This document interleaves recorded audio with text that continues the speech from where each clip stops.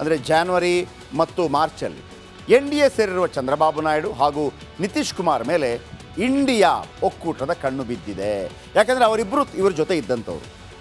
ಆಮೇಲೆ ಇದೇ ಚಂದ್ರಬಾಬು ನಾಯ್ಡು ಒಂದು ಕಾಲದಲ್ಲಿ ಇದೇ ನರೇಂದ್ರ ಮೋದಿ ಅವರ ವಿರುದ್ಧ ಅವಿಶ್ವಾಸ ನಿರ್ಣಯ ಮಂಡಿಸಿದವರು ಕೂಡ. ಈಗ ಇಂಡಿ ಮೈತ್ರಿಕೂಟ ಅಂದರೆ ಕಾಂಗ್ರೆಸ್ ನೇತೃತ್ವದ್ದು ಇಬ್ಬರಿಗೂ ದೊಡ್ಡ ದೊಡ್ಡ ಆಫರ್ಗಳನ್ನು ನೀಡಿದೆ. ಆದರೆ ನಿತೀಶ್ ಕುಮಾರ್ ಮತ್ತು ನಾಯ್ಡು ಇಟ್ಟ ಬೇಡಿಕೆ ಪಟ್ಟಿ ಕೇಳಿ ಅವರು ದಂಗಾಗಿದ್ದಾರೆ. ಇಂಡಿ ಕೂಟಕ್ಕೆ ಇವರೇನು ಆಫರ್ ಕೊಟ್ಟಿಲ್ಲ. ಇಂಡಿ ಕೂಟ ಆಫರ್ ಕೊಟ್ಟಿದೆ ಇವರಿಗೆ, ಯಾರಿಗೆ? ಚಂದ್ರಬಾಬು ನಾಯ್ಡು ಮತ್ತು ನಿತೀಶ್ ಕುಮಾರ್ ಅವರಿಗೆ.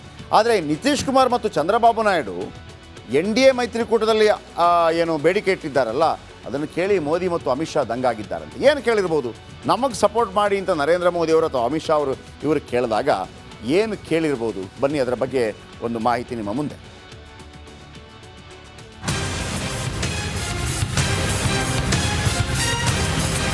ಲೋಕಸಭೆ ಚುನಾವಣೆ ಫಲಿತಾಂಶ ಬಂದಿದೆ. 400ರ ಟಾರ್ಗೆಟ್ ಇಟ್ಕೊಂಡಿದ್ದ NDA 300 ಕೂಡ ರೀಚ್ ಆಗೋದಕ್ಕಾಗಿಲ್ಲ. ಅಲ್ಲದೆ ಕಳೆದ ಬಾರಿ ಪಡೆದದಕ್ಕಿಂತ 63 ಸ್ಥಾನಗಳನ್ನು ಕಳೆದುಕೊಂಡಿರೋ ಬಿಜೆಪಿ ಕೇಂದ್ರದಲ್ಲಿ ಸರ್ಕಾರ ರಚನೆ ಮಾಡೋದಕ್ಕೆ ಈ ಬಾರಿ ಮಿತ್ರ ಪಕ್ಷಗಳನ್ನು ಅವಲಂಬಿಸಬೇಕಾಗಿದೆ.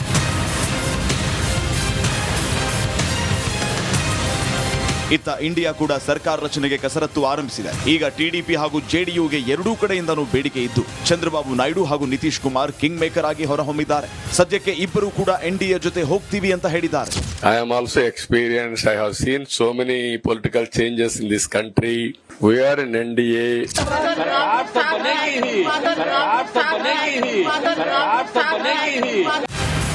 ಪ್ರಧಾನಿ ನರೇಂದ್ರ ಮೋದಿ ಚಂದ್ರಬಾಬು ನಾಯ್ಡು ಜೊತೆ, ಕೇಂದ್ರ ಗೃಹ ಸಚಿವ ಅಮಿತ್ ಶಾ ನಿತೀಶ್ ಕುಮಾರ್ ಜೊತೆ ಮಾತನಾಡಿದ್ದು NDAಯಲ್ಲಿಯೇ ಉಳಿಯುವಂತೆ ಮನವಿ ಮಾಡಿದ್ದಾರೆ. ಇಬ್ಬರು ನಾಯಕರು NDA ಮುಂದೆ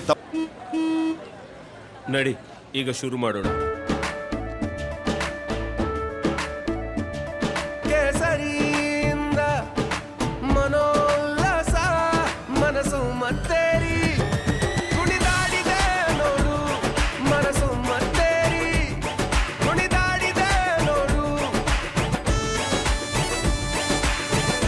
ಕ್ಷಣ ಕ್ಷಣವೂ ಆಚರಿಸಿ ತಮ್ಮದೇ ಆದ ಬೇಡಿಕೆಗಳನ್ನ ಇಟ್ಟಿದ್ದಾರೆ. ಅವುಗಳನ್ನ ಕೇಳಿ ಮೋದಿ ಅಮಿತ್ ಶಾ ದಂಗಾಗಿದ್ದಾರೆ. ಓಕೆ, ಇದು ಯಾಕೆ ಇಷ್ಟು ದೊಡ್ಡ ಚರ್ಚೆ ಆಗ್ತಾ ಇದೆ ಅಂತ ಹೇಳಿದ್ರೆ ನೋಡಿ, ಪಾಸ್ವಾನ್ ಅವರ ಮಗ ಇದ್ದಾನೆ, ಚಿರಾಗ್ ಪಾಸ್ವಾನ್. 5 ಕ್ಷೇತ್ರ ಇದೆ, ಪ್ರಾಬ್ಲಮ್ ಇಲ್ಲ BJPಗೆ. ಅದರ ಬಗ್ಗೆ JDSನದು 2 ಇದೆ, ಪ್ರಾಬ್ಲಮ್ ಇಲ್ಲ. ಇನ್ನಿತರರಿದ್ದಾರೆ, ಪ್ರಾಬ್ಲಮ್ ಇಲ್ಲ. ಆದರೆ ಪ್ರಾಬ್ಲಮ್ ಈ ನಿತೀಶ್ ಕುಮಾರ್ದು ಮತ್ತು ಯಾರ್ದು ಚಂದ್ರಬಾಬು ನಾಯ್ಡು. ಯಾಕೆ? ನಾವು ಹೇಳ್ತೀವಲ್ಲ, ಅವರ ಒಂದು ಹಿಸ್ಟ್ರಿ ನೋಡೋಣ ಅಂತ. ಬನ್ನಿ, ನಿಮಗೆ ನಿತೀಶ್ ಕುಮಾರ್ ಅವರ ಹಿಸ್ಟ್ರಿ ಹೇಳ್ತೀನಿ. JDU ಇವರೆಲ್ಲ ದೇವೇಗೌಡರ ಜೊತೆ, ಜನತಾ ಪರಿವಾರ ಜೊತೆ ಹೊಂದಿದ್ದವರು. ಆಮೇಲೆ ಇನ್ನೊಂದು ಹೇಳ್ತೀನಿ ನಿತೀಶ್ ಕುಮಾರ್ ಬಗ್ಗೆ. ಒಂದು ಪ್ಲಸ್ ಪಾಯಿಂಟ್ ಇದೆ. ಇಂಡಿ ಮೈತ್ರಿಕೂಟದಲ್ಲಿ ಇವರನ್ನು ಯಾಕೆ ಸಂಚಾಲಕ ಮಾಡುವಂಥದ್ದಾಯಿತು? ಇಂಡಿಯಾ ಮೈತ್ರಿಕೂಟದ ಹೆಸರು ಕೊಟ್ಟಿದ್ದೀವ್ರೆ. ಯಾಕಂದರೆ ನರೇಂದ್ರ ಮೋದಿ ಥರನೇ ಇವರು ಕೂಡ ಒಂದು ಬಿಹಾರ ಮಾಡೆಲ್ ಮಾಡಿದ್ದಾರೆ. ಬಿಹಾರ ತುಂಬ ಇಂಪ್ರೂವ್ ಆಗಿದೆ ಇವರ ಕಾಲಾವಧಿಯಲ್ಲಿ. ಆಮೇಲೆ ಇವರು ಕೂಡ ಹಿಂದುಳಿದ ವರ್ಗಕ್ಕೆ ಸೇರಿದಂಥ ನಾಯಕ ನಂಬರ್ 2. ಆಮೇಲೆ ಇವರ ವಿರುದ್ಧ ಕೂಡ ಯಾವುದೇ ಭ್ರಷ್ಟಾಚಾರದ ಆರೋಪ ಇಲ್ಲವೇ ಇಲ್ಲ, ನರೇಂದ್ರ ಮೋದಿ ಅವರ ಥರನೇ. ನರೇಂದ್ರ ಮೋದಿ ಅವರಿಗೆ ಮಕ್ಕಳಿಲ್ಲ, ಇವರಿಗೆ ಮಕ್ಕಳಿದೆ. ಆದರೆ ಯಾವತ್ತೂ ಅವರನ್ನು ಅವರು ಇಂಜಿನಿಯರ್ ಆಗಿದ್ದಾರೆ, ಪಾಲಿಟಿಕ್ಸ್ ತಂದಿಲ್ಲ. ಹಾಗಾಗಿ ಹಿಂದುಳಿದ ವರ್ಗದ ನಾಯಕ ವರ್ಸಸ್ ಹಿಂದುಳಿದ ವರ್ಗದ ನಾಯಕ ನರೇಂದ್ರ ಮೋದಿ. ಭ್ರಷ್ಟಾಚಾರ ಇಲ್ಲ, ಅವ್ರಿಗೂ ಭ್ರಷ್ಟಾಚಾರ ಆರೋಪ ಇಲ್ಲ. ಅವರು ಗುಜರಾತ್ ಮಾಡೆಲ್ ಆದರೆ ಇವರು ಬಿಹಾರ ಮಾಡೆಲ್. ಅವರಿಗೆ ಮಕ್ಕಳಿಲ್ಲ, ಪ್ರಾಬ್ಲಮ್ ಇಲ್ಲ. ಇವರಿಗೆ ಮಕ್ಕಳಿದ್ರು ಕೂಡ ಮಕ್ಕಳನ್ನ ತರ್ತಾ ಇಲ್ಲ, ಓಪನ್ ಆಗಿ ಹೇಳ್ಬಿಟ್ಟಿದ್ದಾರೆ. ಸೊ ಹಾಗಿರೋದು ಟಕ್ಕರ್ ಕೊಡ್ಬೋದಾಗಿತ್ತು, ಅದಾಗಲಿಲ್ಲ, ಅದು ಬೇರೆ ವಿಚಾರ. ಆಮೇಲೆ 2 ದಶಕಗಳಿಂದ ಬಿಹಾರವನ್ನು ಮುನ್ನಡೆಸ್ತಾ ಇದ್ದಾರೆ. 2001 ಇವರು ಬಂದಿದ್ದು ಸೇಮ್ ಟೈಮ್, ನರೇಂದ್ರ ಮೋದಿ ಬಂದಿದ್ದು ಕೂಡ ಸೇಮ್ ಟೈಮ್. ಇರಲಿ, ಆದರೆ ನೀರಲ್ಲಿ ಮೀನಿನ ಹೆಜ್ಜೆಯನ್ನು ಬೇಕಿದ್ರೂ ಹುಡುಕಬಹುದು. ಆದರೆ ನಿತೀಶ್ ಕುಮಾರ್ ಹೆಜ್ಜೆ ಹುಡುಕೋದು ಕಷ್ಟ. ಇದು ರಾಜಕೀಯ ವಲಯದಲ್ಲಿ ಕೇಳಿಬರುವಂಥ ಮಾತು. NDAನಲ್ಲಿ ಉಳಿಯಲು ನಿತೀಶ್ ಕುಮಾರ್ ಹಲವಾರು ಬೇಡಿಕೆ ಇಡ್ತಾರೆ. ಯಾಕಂದರೆ ಪಳಗಿದ ರಾಜಕಾರಣಿ. ಪ್ರಮುಖ ಖಾತೆಗಳನ್ನೇ ಕೇಳ್ತಾ ಇದ್ದಾರೆ ನಿತೀಶ್ ಕುಮಾರ್. ರೈಲ್ವೆ ಖಾತೆಗೆ ಬೇಡಿಕೆ ಇಟ್ಟಿದ್ದಾರೆ ಬಿಹಾರ ಮುಖ್ಯಮಂತ್ರಿ. ಈ ಹಿಂದೆ ಕೂಡ ಒಮ್ಮೆ ಆಗಿದ್ದರು, ಅವರು ಅಟಲ್ ಬಿಹಾರಿ ವಾಜಪೇಯಿ ಅವಧಿಯಲ್ಲಿ ಆಗಿದ್ದರು. ಬಿಹಾರಕ್ಕೆ ವಿಶೇಷ ಸ್ಥಾನಮಾನ ನೀಡುವಂತೆ ಆಗ್ರಹ. ಉಪಪ್ರಧಾನಿ ಪಟ್ಟದ ಆಫರ್ ಕೊಟ್ಟಿದೆ ಇಂಡಿ ಒಕ್ಕೂಟ. ಇದು ಇಂಡಿ ಒಕ್ಕೂಟ. ನೀವು ಅಲ್ಲ ಹೋಗ್ಬಿಟ್ರಿ, ಇಲ್ಲಿ ಬನ್ನಿ ಅಂತೇಳಿ ಖರ್ಗೆ ಅವ್ರು ಕರೆದುಬಿಟ್ಟು ಉಪಪ್ರಧಾನಿ ಪಟ್ಟದ ಬಗ್ಗೆ ಕೂಡ ಶಾ ಜೊತೆ ನಿತೀಶ್ ಕುಮಾರ್ ಚರ್ಚೆ ಮಾಡಿದ್ದಾರೆ. ಆದರೆ NDAನಲ್ಲಿ ಉಪಪ್ರಧಾನಿ ಪಟ್ಟ ಕೊಡುವ ಅಭ್ಯಾಸ ಇಲ್ಲಿ ತನಕ ಇಲ್ಲ, ಆಮೇಲೆ ಗೊತ್ತಿಲ್ಲ. ಇದು ನಿತೀಶ್ ಕುಮಾರ್ ತನಗೆ ಲಾಭ ಆಗತ್ತೆ, ಬಿಹಾರಕ್ಕೆ ಲಾಭ ಆಗತ್ತೆ ಅಂತಂದರೆ ಆ ಕಡೆನೂ ಹೋಗಬಲ್ಲರು, ಈ ಕಡೆನೂ ಹೋಗಬಲ್ಲರು. ಹಾಗಾಗಿ ಅದು ಅಮಿತ್ ಶಾ ಅವ್ರಿಗೂ ಗೊತ್ತಿದೆ, ನರೇಂದ್ರ ಮೋದಿ ಅವ್ರಿಗೂ ಗೊತ್ತಿದೆ. ಈಗ ಚಂದ್ರಬಾಬು ನಾಯ್ಡು ಅವರ ಇಷ್ಟು ಹೇಳ್ತೀನಿ ಬನ್ನಿ. ಆಮೇಲೆ ಇವರು ವಾಜಪೇಯಿ ಕಾಲದಿಂದ ಕೂಡ ಎನ್ ಡಿ ಎ ಭಾಗವಾಗಿದ್ದರು. 2018ರಲ್ಲಿ ಆಂಧ್ರಕ್ಕೆ ಹಣಕಾಸಿನ ನೆರವು ವಿಚಾರದಲ್ಲಿ ಇವರಿಗೆ ಸಿಟ್ಟಾಗತ್ತೆ. ಭಿನ್ನಾಭಿಪ್ರಾಯ ಮೂಡಿ ಎನ್ ಡಿ ಎ ತೊರೆದಿದ್ದರು ಚಂದ್ರಬಾಬು ನಾಯ್ಡು.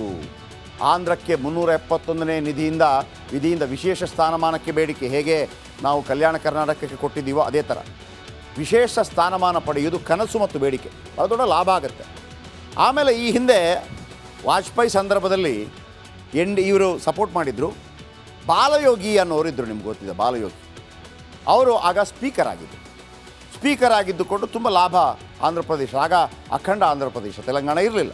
ಆದರೆ ಬಾಲಯೋಗಿ ನಂತರ ಒಂದು ಆಕ್ಸಿಡೆಂಟಲ್ಲಿ ತೀರ್ಕೊಂಡ್ಬಿಡ್ತಾರೆ, ದೊಡ್ಡ ಲಾಸ್ ಅದು. ಆಮೇಲೆ ಎನ್ ಡಿ ಎ ಮುಂದೆ ಅದೇ ಬೇಡಿಕೆ ಇಟ್ಟರೆ ಚಂದ್ರಬಾಬು ನಾಯ್ಡು, ಅಂದರೆ ನಮಗೆ 370 ಅದನ್ನು ಕೊಡಿ ನಮಗೆ ಅಂತೇಳಿ. ಆಮೇಲೆ ತಮ್ಮ ಪಕ್ಷಕ್ಕೆ 3ರಿಂದ 4 ಸಚಿವ ಸ್ಥಾನಕ್ಕೆ ಆಗ್ರಹ. 16 ಇರೋದು, 3ರಿಂದ 4 ಸಚಿವ ಸ್ಥಾನ. ಯಾವುದೆಲ್ಲ? ಫಿನಾನ್ಸ್, ಈಗ ನಿರ್ಮಲಾ ಸೀತಾರಾಮನ್ ಇದ್ದಾರಲ್ಲ ಅದು, ಗ್ರಾಮೀಣಾಭಿವೃದ್ಧಿ, ಆರೋಗ್ಯ, ಶಿಕ್ಷಣ, ವಸತಿ, ಆಮೇಲೆ ಕೃಷಿನೂ ಕೇಳಿದ್ದಾರಂತೆ. ಕೃಷಿ, ಜಲಶಕ್ತಿ ಖಾತೆಗಳಿಗೆ ಬೇಡಿಕೆ ಇಟ್ಟಿದ್ದಾರೆ ನಾಯ್ಡು. ಲೋಕಸಭಾ ಸ್ಪೀಕರ್ ಸ್ಥಾನವನ್ನು ಕೇಳಿದ್ದಾರೆ ಚಂದ್ರಬಾಬು ನಾಯ್ಡು. ಅದಕ್ಕೆ ನಾವು ಹೇಳಿದ್ದು. ಆಮೇಲೆ ಇವರು ಮತ್ತು ನಿತೀಶ್ ಕುಮಾರ್ ಇಬ್ಬರು ಕೂಡ ಕೃಷಿ ಕೇಳ್ತಾ ಇದ್ದಾರೆ. ಒಂದು ವೇಳೆ ಫುಲ್ ಮೆಜಾರಿಟಿ ಏನಾದರೂ BJP ಬಂದಿದ್ದರೆ ಕುಮಾರಣ್ಣನಿಗೆ ಕೃಷಿ ಸಿಗ್ತಾ ಇತ್ತೇನೋ. ಇವರಿಬ್ಬರು ಡಿಮಾಂಡ್ ಮಾಡೋ ಕಾರಣಕ್ಕಾಗಿ ಕೃಷಿ ಬಗ್ಗೆ ಸ್ವಲ್ಪ ಡೌಟ್ ಇದೆ. ಇನ್ನು ಚಿರಾಗ್ ಪಾಸ್ವಾನ್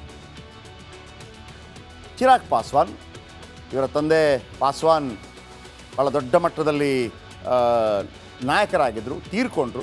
ಅದಾಂದ್ರೆ ಚಿರಾಗ್ ಪಾಸ್ವಾನ್ ಈ ಪಕ್ಷವನ್ನು ಕಟ್ಟಿ ಬೆಳೆಸ್ತಾ ಇದ್ದಾರೆ. ಇವರಿಗೆ 5 ಕ್ಷೇತ್ರವನ್ನು ಬಿಟ್ಟುಕೊಟ್ಟಿದ್ರು. ಭಾಳ ಅದ್ಭುತವಾಗಿ 5 ಕ್ಷೇತ್ರಗಳಲ್ಲಿ ಗೆದ್ದಿದ್ದಾರೆ. ಎನ್ ಡಿ ಎ ಕಟ್ಟರ್ ಮಿತ್ರ ಚಿರಾಗ್ ಪಾಸ್ವಾನ್ರಿಂದಲೂ ಬೇಡಿಕೆ ಇದೆ. ಏನು? ಇವರು ಬಿಹಾರದಲ್ಲಿ ಸ್ಪರ್ಧೆ ಮಾಡಿದ್ರು, 5 ಕಡೆ LJPಗೆ ಗೆಲುವು. ಓಕೆ, 1 ಮಂತ್ರಿಗಿರಿ 1 ರಾಜ್ಯ ಖಾತೆಗೆ ಚಿರಾಗ್ ಬೇಡಿಕೆ ಇಟ್ಟಿದ್ದಾರೆ. ಇಂದು ಮಂತ್ರಿಗಿರಿ ಆದರೆ 1 ಮಂತ್ರಿಗಿರಿಗೆ ಚಿರಾಗ್ ಪಾಸ್ವಾನ್ ಒಪ್ಪೋ ಸಾಧ್ಯತೆ ಇದೆ. ಇವರಿಗೆ 1 ಕೊಟ್ಟು ಅಡ್ಜಸ್ಟ್ ಮಾಡ್ತಾರೆ, ಯಾಕಂದರೆ 5 ಗೆದ್ದಿದ್ದಾರೆ. ಕುಮಾರಣ್ಣ 2 ಗೆದ್ದು 1 ಕೇಳ್ತಾ ಇದ್ದಾರೆ ಅಂತ ಹೇಳುವಾಗ ಚಿರಾಗ್ ಪಾಸ್ವಾನ್ಗೆ ಕೊಡದೇ ಇರ್ತಾರಾ? ಆಮೇಲೆ ಮತ್ತೊಂದು ಕಡೆ ಏಕನಾಥ್ ಶಿಂದೆ, ಮಹಾರಾಷ್ಟ್ರ ಮುಖ್ಯಮಂತ್ರಿ. ನೋಡಿ, ಇವರು 7 ಗೆದ್ದಿದ್ದಾರೆ. ಇವರ ಬಳಿ 40 MLA ಇದ್ದಾರೆ. ಶಿವಸೇನೆ MLA ಶಿಂದೆ ಬಣ ಗೆದ್ದಿರೋದು 7. ಆ ಕಡೆ ಉದ್ಧವ್ ಠಾಕ್ರೆ ಬಳಿ ಇರೋದು 14 MLA, 16 MLA, ಅವರು 9 ಗೆದ್ದಿದ್ದಾರೆ.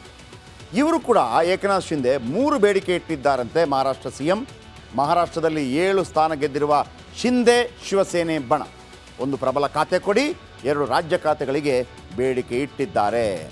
ಆಮೇಲೆ ಜಿತನ್ ರಾಮ್ ಮಾಂಜಿ, ಇವ್ರದ್ದೊಂದು ಪಾರ್ಟಿ ಇದೆ HAM ಅಂತೇಳಿ. ಇವರು ದಲಿತರಲ್ಲಿ ಮಹಾದಲಿತ, ಗೊತ್ತಾಯ್ತಾ? ಅವ್ರಿಗಿರುವ ಹೆಗ್ಗಳಿಕೆ ದಲಿತರಲ್ಲಿ ಮಹಾದಲಿತ. ಇವರು ಕೂಡ ಮುಖ್ಯಮಂತ್ರಿ ಆಗಿದ್ದರು ಒಮ್ಮೆ. ಆಮೇಲೆ ಬಿಹಾರದ ಗಯಾದಲ್ಲಿ 1 ಲಕ್ಷ ಮತಗಳಿಂದ ಮಾಂಜಿಗೆ ಜಯ. 1 ಗೆದ್ದಿರೋದು, 1 ಖಾತೆ ಕೊಡಿ ನಮಗೆ ಅಂತ ಮಾಜಿ ಮುಖ್ಯಮಂತ್ರಿ ಕೇಳ್ತಾ ಇದ್ದಾರೆ. ಈ ಸಂದರ್ಭದಲ್ಲಿ ವೆರಿ ಇಂಪಾರ್ಟೆಂಟ್, ಯಾರು ಬಂದರೂ ಅವಕಾಶ ಇದೆ.